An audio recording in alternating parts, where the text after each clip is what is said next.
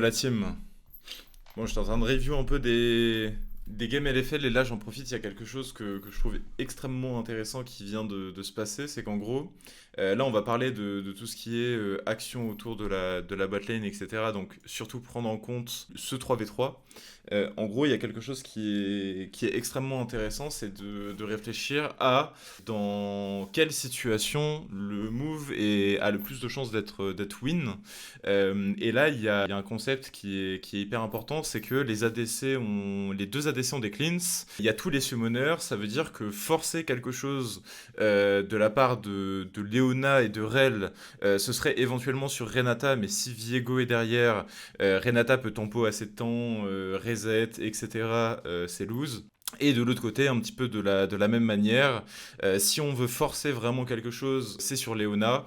Leona a son W, Cyril est en counter gank, de la même manière, pareil, c'est la sauce. Et en gros, du coup, il y a quelque chose de vraiment intéressant qui s'est passé ici.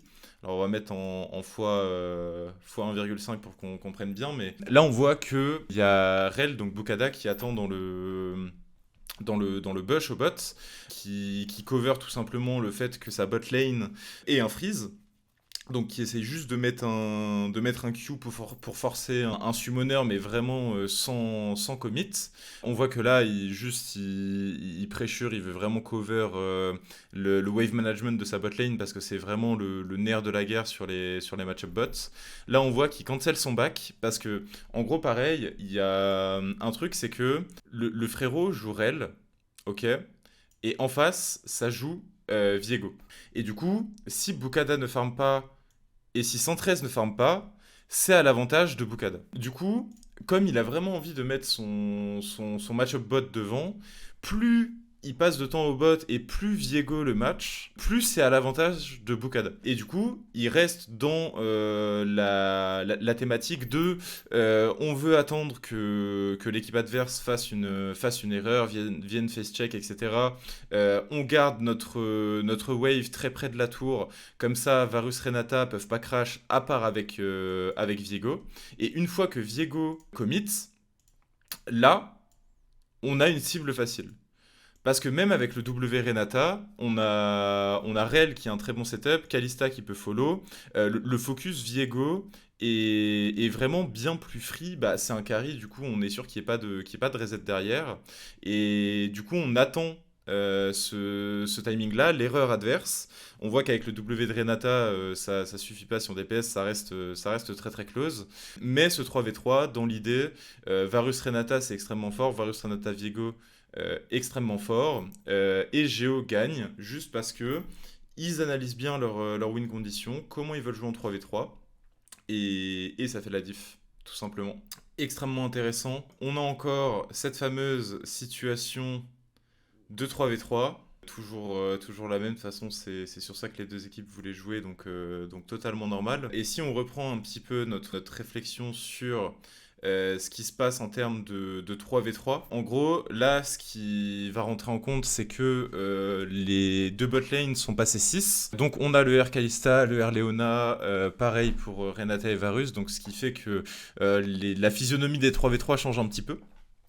Et l'avantage pour le coup de Geo sur ce timing, c'est que ils ont largement, une fois niveau 6, les outils pour engage sur les adversaires. Il y a R Kalista, RRL, on a X-Flash, Flash de Leona, on a vraiment énormément d'outils, dont pas mal de bumps, etc. que Varus peut pas cleanse.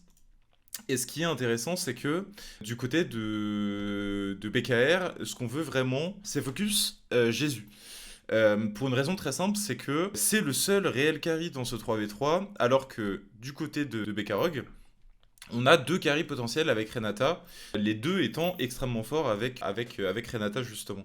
Et du coup, ce qui est super intéressant, c'est que là, dans un premier temps, j'ai autant d'engage, parce que c'est eux qui ont les outils et ils se sentent forts à ce moment-là sur ce 3v3. Bekarog répond en targetant la Leona. Donc Leona, on en parlait, mais elle a un W. Leona level 6, même si elle n'a pas de stats, on voit elle a aucun stuff défensif ou presque. Elle a juste fait la tech du Doran en early pour être un petit peu plus tanky. Et là, une fois que Ultivarus est passé, il y a plus de cleans sur la première engage et qu'on a l'initiative de l'engage, ça rend le move très facile à jouer en 2 temps parce que Renata peut être free focus, Varus peut être free focus, peu importe qui on touche, c'est free kill.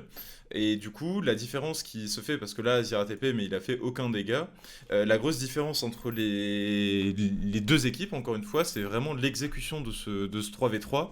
Géo qui reste vraiment très clean sur la compréhension de leur match-up en 3v3, de leur force. Ils utilisent la Leona, la Rell pour faire cramer les CD en face petit à petit. Ils jouent en 2 temps, la Kalista reste bien derrière et reste en follow-up. Et forcément, ça donne un 3v3 gagnant. Donc pareil, n'hésitez pas à mettre ça en application.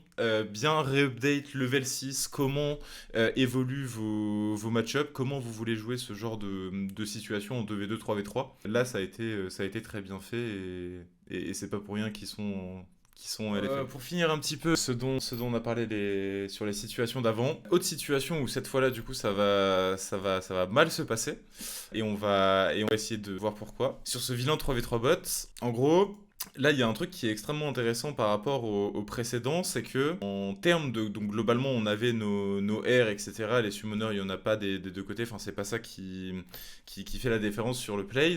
Le problème c'est que très rapidement dans ce fight, on se retrouve avec, hop, on a notre front lane qui setup pour personne et notre AD carry qui est là en train de chill pendant que les adversaires sont là tranquillos, bien groupe sur les mêmes focus. Et là du coup ce qui va se passer, contrairement à la dernière fois où Viego pouvait se faire punir, etc., c'est que quand Viego décide de commit, donc pour choper son reset, on n'a plus aucun outil défensif pour le stopper. Et du coup, très logiquement, ce qui va se passer, c'est que reset de Viego Gaming et FF. Alors que les premiers ont été gagnés. En termes de Power Spike, c'est gagnable. Alors même si Viego a son item, si c'est bien réalisé, ça passe. Le problème, c'est cette engage, encore une fois, qui est faite sur un timing où on veut juste rester groupe, où on veut juste tanker l'engage, la première engage du trio adverse, et on commit dans un 3v3, trop dépareillé, et FF.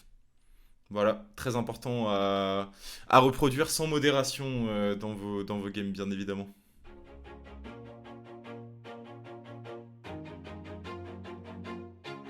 Always do it on my own, so I gotta get through it. And the only thing I know is to love what I'm doing. Never give up, never slow, till I finally prove it. Never listen to the no's, I just wanna keep moving.